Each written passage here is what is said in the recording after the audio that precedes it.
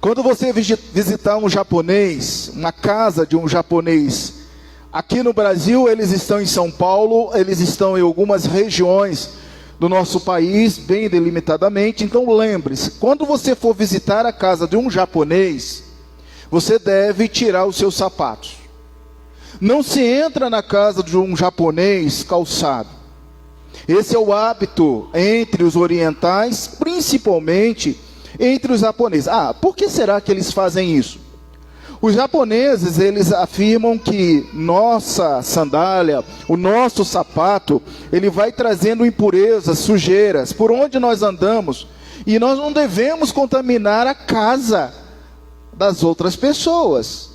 Então, sinal de respeito, tire-se as sandálias, entre. Agora você precisa tomar cuidado, né? Porque às vezes a nossa meia está um pouquinho furadinha, né? O pezinho pode aparecer, mas não tem problema. Se você está com a meia assim, vai aparecer normalmente. Mas observe como você está e não entre numa casa de um japonês calçado. Os orientais têm uma diferença muito grande com nós ocidentais, do mundo ocidentais, e eles tratam isso como sendo uma descortesia, levar impurezas para aquela casa. Um pouquinho da cultura japonesa, e essa era uma prática também muito comum em outros lugares fora do Japão, onde andava-se a pé, o barro e a neve eram realmente substâncias que eram conduzidas pelos sapatos das pessoas, e ninguém entrava no lar de uma pessoa para sujar, para contaminar. Quem sabe isso é uma boa ideia para você começar a partir de agora. Você, minha irmã, que limpa a sua casa. E eu até assustei no prédio onde eu moro. E um dia eu fui passando assim, eu vi um montão de sapatos de tênis, tinha tênis, sapatos de crianças, tudo por lado de fora. Eu falei, olha, aqui nessa casa ninguém entra com os seus sapatos. Tiram, deixam tudo por lado de fora. Mas no sermão passado, se você não pôde vir no contexto no sermão passado, dê uma olhadinha no capítulo 24, versículo 5 ao versículo 22. Nós estudamos aqui 9 leis humanitárias. O nosso último assunto foi 9 leis humanitárias. Eu quero perguntar, mudou alguma coisa essa semana na sua vida? Você começou a ter um olhar mais humanitário para as pessoas? Você conseguiu ver o amor de Deus? Você conseguiu ver pessoas demonstrando o respeito, demonstrando a proteção para os fracos, indefesos? Ou você ainda continuou vendo uma desumanidade tremenda fora no mundo? Mas não importa, a minha pergunta é, e você como cristão? Como está o seu olhar humanitário? Isso foi assunto do sermão passado. Já foi. Mas hoje, eu gostaria que você entendesse o seguinte: toda soberba será envergonhada. Quer anotar aí? Toda soberba será envergonhada. Você conhece de alguém soberbo? Alguém que tem um nariz em pé? Alguém que anda, parece que é o dono do mundo, a rainha do mundo, o protetor do mundo. Alguém talvez que um dia tenha te humilhado. Alguém que um dia tenha puxado o seu tapete. Alguém que um dia que chegou para você e disse, você não é ninguém e eu sou tudo. Toda soberba será envergonhada. Isso é um princípio. Assim como os humildes serão exaltados. Nós estamos construindo um tapete. Eu convido você a olhar o capítulo 25. Estamos no linear de terminar as leis específicas para Israel. Logo Israel é a igreja. Logo essas leis foram dadas para nós. Daqui a pouco vem a promulgação da lei. E aí a gente vai fechar com a graça de Deus, a exposição de Deuteronômio, observando a importância da lei, a importância desses ensinos para todos nós. Vamos então abordar leis que resgatam a humildade. Esses 19 capítulos são leis, são assuntos que vai tratar e resgatar hoje a humildade. Veja que eu não estou falando humanidade, eu estou falando humildade. leis que resgatam a humildade diante de toda soberba que deve ser destruída. E o nosso tema está no versículo de número 10. Leia 25:10. Marque 25:10. Em nome de sua casa se chamará em Israel casa do descalçado. É preciso ter muita humildade para tirar as sandálias. É preciso ter coragem de tirar os sapatos e entrar descalço no lar. É preciso lembrar que Deus disse certa vez: Moisés, tire as sandálias, porque o lugar onde você está pisando é santo. É preciso ter coragem para tirar as sandálias, e o mestre com uma vasilha lavando os pés, um a um. Ali estava Pedro, ali estava João, ali estava Tiago, ali estavam os discípulos, ali estava você, ali estava eu, e a bacia era passando, e alguém disse: Senhor, eu não quero que o Senhor lave os meus pés. E alguém disse, o mestre disse: se eu não lavar os teus pés, como é que termina?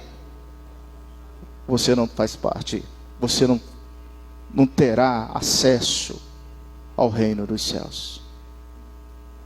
Em Israel, olha o versículo de número 10. Em Israel, esta casa será chamada casa do descalçado. Será que a sua casa é a casa do descalçado? Será que a sua vida emite qualidades, atributos de uma casa que era a casa do descalçado? Que casa era essa casa do descalçado? Que assunto era esse que falava que essa casa seria a casa do descalçado? Então vamos por parte. A casa do descalçado, em primeiro lugar, do versículo de número 1 ao versículo de número 4 do capítulo 25. Veja, esteja com sua Bíblia aberta, não mude a página para que você possa entender. Impõe limites. A casa do descalçado, em primeiro lugar, impõe limites. Do versículo de número 1 a 4, havia em Israel um conceito elevado de dignidade em assuntos que envolvia o castigo corporal. O assunto aqui agora são os açoites. Até quantos açoites uma pessoa poderia tomar? Você lembra? Jesus apanhou. Você lembra? Paulo apanhou. Você lembra? Muitos da Bíblia apanharam e foram açoitados. Mas a quantidade de chicotada, de açoites, essas pessoas deveriam tomar? O texto responde, versículo 3. O limite seria, olha aí, quantas? 40 açoites. 40 açoites. Passando disso era excesso. Preste atenção a uma coisa. A humildade e a soberba têm limites. A humildade e a soberba impõem limites. O texto que coloca esta questão na presente lei, que é de forma casuística, quando isso acontecer, se isso acontecer, quando houvesse uma contenda entre os israelitas e alguém fosse levado ao tribunal e o julgamento fosse o açoite, não deveria passar de 40. Havia, porém, uma restrição adicional ao castigo corporal, que era o excesso que humilharia um homem, rebaixando ao nível de um animal, retirando a sua dignidade. Alvitrando, isso significa literalmente tomando leve, ou seja, humilhado. O número máximo de açoite fixado seria 40. E isso estava inserido no código assírio. E o judaísmo copia isso aí também. E o judaísmo lá vai minimizar, vai tirar um açoite, vai colocar 39 açoites no tempo de Jesus. O verso 4 dentro desse texto também é importante. O limite: não atarás a boca ao boi quando debulha. Na sociedade agrícola do antigo Oriente Próximo, os grãos eram separados por um trilho, onde as presas havia pedras afiadas, e esse trilho era puxado por um boi que ali vinha cobrindo toda a área cultivada. O material debulhado era do tipo lançado ao ar, com garfos, para que o vento levasse a palha e ficasse o grão. O limite é não atar a boca do boi. Essa é uma citação que nos leva a pensar nas propriedades, de modo que nada das suas colheitas restasse, para que os pobres pudessem alimentar, como nós vimos lá no sermão passado, que deveria ficar algumas coisas para que as pessoas pobres pudessem comer. O amor e a bondade deveriam serem demonstradas. E esse versículo, ele é citado, em casa você pode ler, em 1 Coríntios capítulo 9, e 1 Timóteo 5, 18, é uma referência bem clara à citação de não atar a boca ao boi quando debulha. Isso é, não humilhe aquele que já está humilhado. Impõe um certo limite. Então, no primeiro lugar, querido, a casa do descalçado, ela impõe um limite. A humildade é o princípio da exaltação. Nós sabemos disso. E toda soberba será envergonhada, mas é importante a gente pensar no limite. Até onde vai a soberba de alguém? Até onde vai? Daqui a pouco, no final, você vai começar a pensar se a humildade é real ou se a humildade é fake. Porque muita gente acha que é humilde. Muita gente pensa que é humilde. Falar do soberbo é fácil, mas falar do humilde é complexo, porque muitas vezes eu acho que eu sou humilde, mas na realidade eu não sou humilde. Será que a minha humildade é uma fake? É uma falsa humildade? Até o final do sermão você vai descobrir isso. Segundo tópico. Próximo assunto, do 5 ao 11. O que nós temos aqui é a questão do levirato. O que é o levirato? O levirato era quando um homem morria e não deixava filhos. Não deixava o herdeiro. Essa é a lição a mais rápida que a gente pode pensar. Morreu, o falecido não deixou ninguém, nenhum herdeiro, de preferência homem, para dar sequência àquilo que ele tinha, a sua história, o seu patrimônio, gerar netos, gerar longevidade. Naquele tempo era visto dessa forma. Então, o cunhado, pela lei, ele não era obrigado.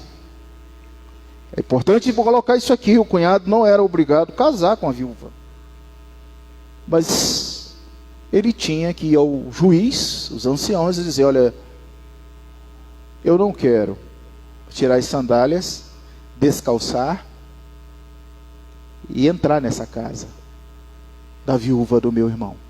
Ele tinha que fundamentar isso. Ele tinha que justificar. Veja se esse tema não está dentro desse assunto. Do verso 5 ao verso 6, a prática do casamento do levirato, vem do latim levi, cunhado do irmão do marido. Não era peculiar a Israel, pois também era praticado entre os assírios, hititas. Eram praticados na Índia, na África e até na América do Sul. Isso era comum em alguns países da América do Sul. Entre os assírios era extensivo naquelas regiões. O propósito e o costume era assegurar um homem que pudesse ter aí um herdeiro. A viúva do falecido era tomada de um de seus irmãos, que exercia com ela a obrigação de cunhado. Essa era uma obrigação de cunhado, suscitar um herdeiro. O primeiro filho dessa nova união se tornaria herdeiro do falecido. E assim evitaria que essa viúva pudesse não ter um descendente em nome do falecido. Estava na lei. Tal prática era comum no tempo dos patriarcas. Lembra de Onã, em Gênesis 38, de 1 a 10? que sugere o costume que era bem antigo, presumível, proibição de uma união sexual com a cunhada, e agora a gente vê isso, já estudamos isso. A lei, ela é cabalmente contrária à união de um outro casamento fora desse contexto. Levítico 18, 16, 20 e 21 refere sobre isso. Mas aqui nós temos um problema permissível pela própria lei, que era a continuidade do nome de um falecido que havia tido um casamento procedente de uma união. No direito nós chamamos isso uma comoriência, quando morre dois juntos e não deixa ninguém, chama comoriência. Versículo de número 7 ao versículo de número 11, agora há uma provisão para que o cunhado declinasse de sua obrigação. Veja, porém, se o homem não quiser tomar a sua cunhada, subirá a esta porta aos anciões e dirá: meu cunhado recusa suscitar a seu irmão nome em Israel, não quer exercer para comigo a obrigação de cunhado. Então toda essa dissertação aí vai falar a respeito dessa declaração, vai falar a respeito dessa história. Mas nós temos algo importante em relação a isso. Quando você lê o livro de Ruth, capítulo 4, Ruth, capítulo 4, de 7 a 8. Ruth 4, de 7 a 8. Dê uma olhadinha aí. O que Ruth fala? Ruth 4, 7 a 8.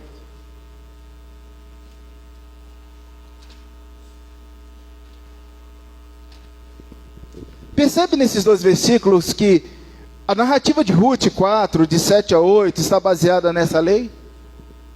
Embora Boaz não fosse cunhado de Ruth, ela foi preterida por Boaz em detrimento de um parente mais próximo. Então veja, como Deus ele age na história de forma positiva, usando uma lei para que pudesse ter um resgatador de Israel, da história de Israel, da propriedade ali que aquele homem tinha, da situação que estava passando. E Ruth então, ela é resgatada. A lei, queridos, em Deuteronômio dá a entender que os irmãos que moravam próximos uns dos outros haveriam de verificar essa situação, essa condição, e Ruth é um exemplo de aplicabilidade da lei do levirato. E nós aí sabemos a história de Ruth, a bênção que foi Ruth. Então, queridos, o que nós podemos ver? Que a humildade é um princípio da exaltação, e toda soberba será envergonhada. Mas nós temos, no finalzinho, volte agora para Deuteronômio, no finalzinho do texto lido nessa noite, o finalzinho que vai dos versos 11 a 12, 13 a 16, 17 a 19. Nós temos agora outras leis que trabalham esses dois conceitos, humildade e soberba. Outras normas. Do versículo 11 ao versículo 12, quando brigarem dois homens, um contra o outro, e a mulher de um homem chegar para defender o marido, a esposa é lutadora, é forte, ela intervém na briga daqueles homens, ela não pode pegar nas partes íntimas do homem que está brigando lá, porque senão ela vai ter as suas mãos cortadas. É um caso de extrema falta de recato, que é visto aqui, que interfere numa briga, numa discussão entre homens. Há várias características incomuns nessa lei, que pode se indagar como razão de Deuteronômio, publicando especificamente esse fato. Por que seria esse fato? Possivelmente essa lei era representativa de crimes similares, que ofereciam um padrão de julgamento. Em todos os casos semelhantes, era proibido a fêmea puxar, os órgãos genitais de um homem. Então, não podia. A mão era cortada.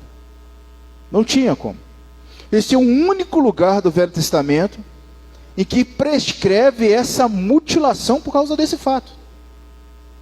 Com contraste da mutilação de membros de órgãos humanos, era prescrito no código de Hammurabi e no código assírio. Isso é recepcionado para o código mosaico também. Beleza? Então, a outra lei que nós temos é de 13 a 16. Pesos e medidas. Essa é uma questão muito séria, porque a lei é apodítica, ela é uma proibição. Não faça isso. O que é, é. O que não é, não é. E isso me faz lembrar, queridos irmãos, de um tempo que eu fui, no início do meu ministério, há 25 anos atrás, em que um irmão, uma ovelha, me perguntou: pastor, eu posso colocar água no leite? A igreja era numa região muito simples, de agropecuária, rural, e era uma prática lá no laticínio da cidade, as pessoas misturarem 50% de leite e 20% de água. Todo mundo fazia isso. E o recém-ordenado ao ministério, vem o irmão e pergunta: pastor, eu posso misturar água no leite? O que você acha que eu respondi para aquele crente? Claro que não, meu irmão. Mas pastor, eu vou perder muito dinheiro. O meu vizinho da esquerda faz, o meu vizinho da direita faz. É uma cultura entre nós. Olha para esse texto aí. O que é. O que não é, não é. Duas leis apodíticas, proibições que oferecem um elo com a tradicional lei comum do Antigo Oriente. Em Israel, a mais estrita honestidade dos negócios era a obrigação inalienável de todos os membros da aliança. As medidas de pesos e volume deveriam ser completamente honesta, inteira, lemã, justa, sequebe. Lei semelhante ocorre em Levítico 19:35, e é evidente, meu amado, que em Amós 8:5 também fala dessa honestidade que deveria ser observado em Israel. Veja que hoje o meu objetivo é tratar humildade e soberba. Toda humildade será exaltada e toda soberba será envergonhada. Questão de negócios também. É incrível que nós estamos ministrando para um povo hoje evangélico que passa vergonha nessa questão, gente. Dá calote em todo mundo.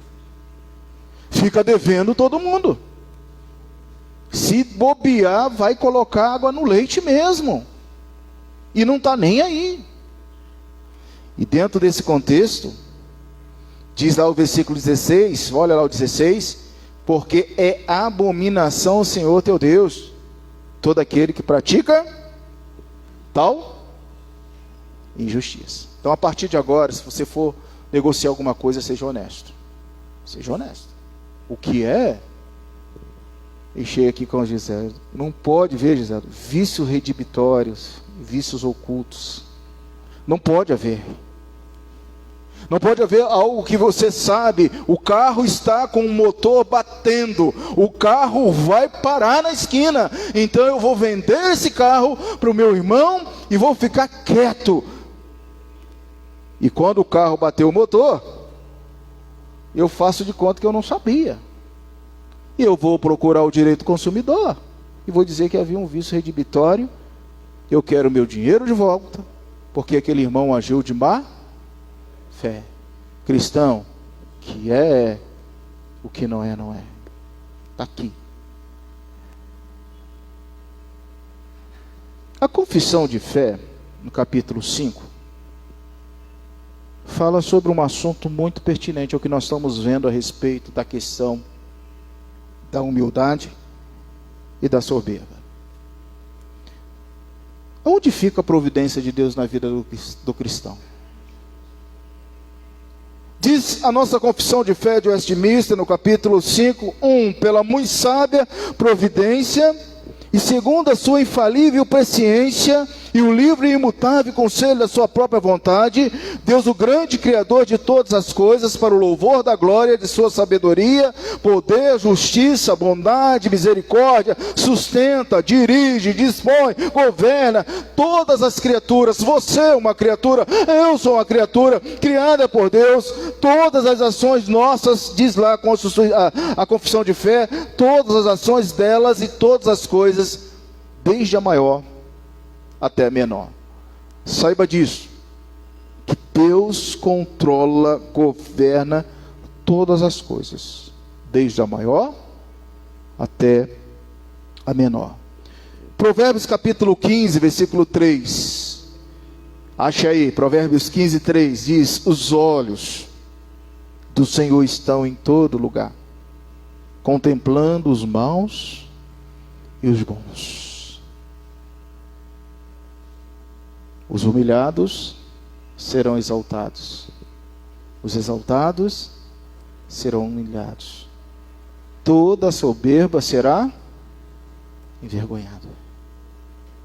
Então percebe, querido, Salmo 145, 17: justo é o Senhor em todos os seus santos caminhos, benigno em todas as suas obras, o Senhor é bom, Ele é justo nos seus caminhos. Efésios 3:10, para que pela igreja a multiforme sabedoria de Deus se torne conhecida agora dos principados e potestades dos lugares celestiais. Toda a altivez será envergonhada, toda humildade será exaltada. Bora fechar esse capítulo. O que essa passagem nos ensinou nessa noite? A casa do descalçado poderia significar a casa do humilde. A casa do descalçado pode significar a sua vida. A casa do descalçado é tirar as sandálias, é andar humildemente. A casa do descalçado impõe limites. A casa do descalçado impõe o levirato. A casa do descalçado impõe outras normas, que é o contexto todo que nós lemos. Mas em primeiro lugar, meu irmão, o que você deve fazer para combater essa falsa humildade ou soberba? Aliás, é preciso ter consciência do que é humildade. Você saberia escrever no boletim aí que você tem, num pedacinho de papel, qual é o conceito de humildade? O que é humildade? Será que humildade é ser pobre? Será que humildade é ser vitimado? Será que humildade é não ter nada? Será que humildade é sempre dizer, ó vida, ó azar? O que é o conceito de humildade? Eu preciso sair daqui hoje pensando isso. Você já viu como a lei tratou aspectos exemplificativos que poderiam produzir a presunção pessoal ou a falsa humildade? Então eu tenho dois extremos perigosos. Talvez agora você vai torcer o seu bigode, você vai fazer cara feia debaixo dessa máscara, eu não estou vendo mesmo, mas talvez você vai dizer assim, puxa, mas será que esse sou eu? Será? O primeiro extremo é a humildade. Aquele que se diz ser muito humilde é perigoso, porque a humildade ela gera a vitimização. Se você é uma pessoa cria da vitimização, dizendo eu não consigo, eu não vou avante, é culpa da minha mãe, é culpa do meu irmão, é culpa da minha cor, é culpa de onde eu fui criado, é culpa, sempre tem uma culpa, sempre tem uma justificativa, sempre tem uma coisa para dizer eu sou humilde. Cuidado. Esse é um extremo.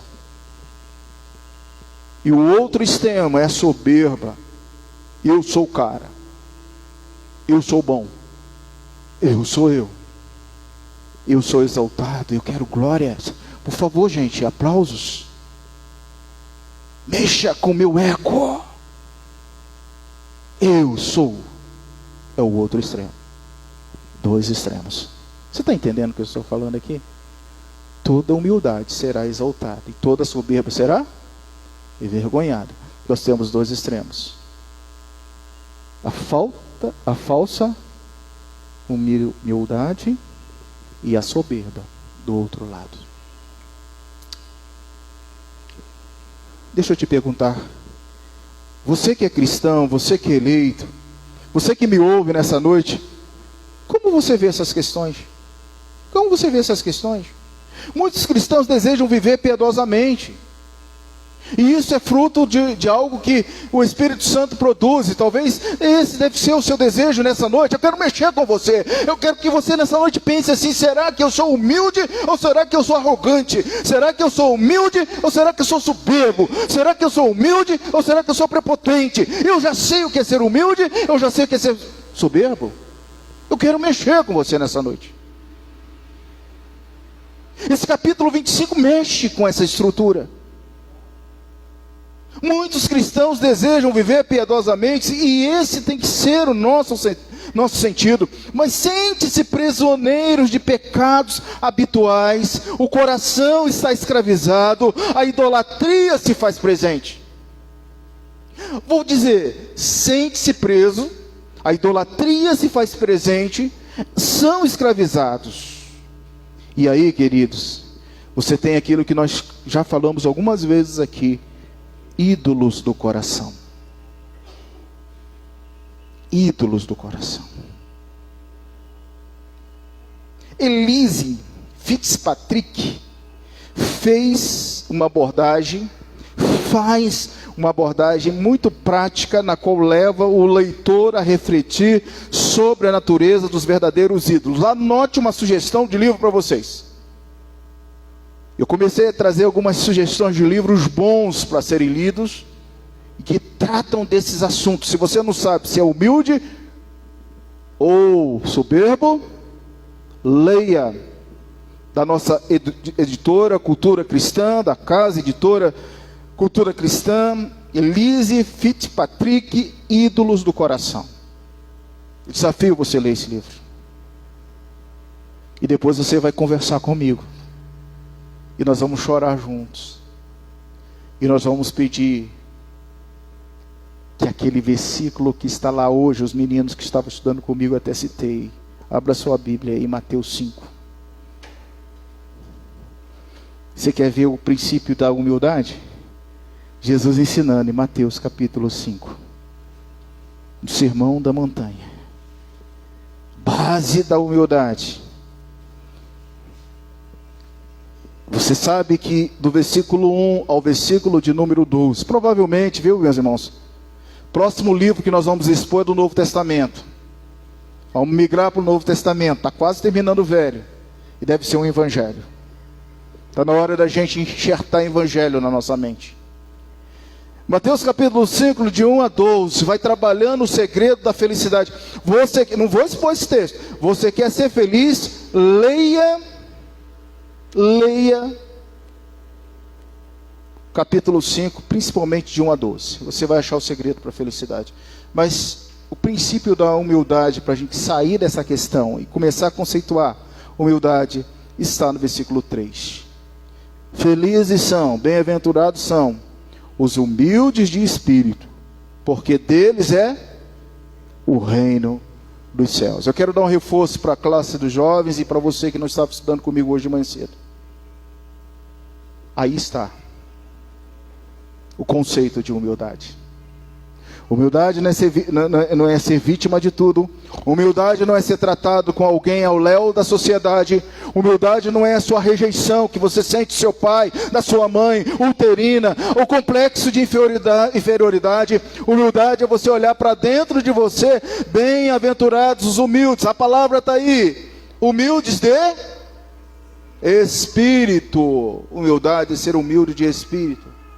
É olhar para dentro de você e dizer assim: Senhor, eu sou cego, sou pobre, sou nu. Eu não tenho nada, Senhor. Senhor, eu penso que eu sou, mas eu sou o vizinho de Jacó. Eu sou a gotinha que cai dos céus. Senhor, eu não sou nada.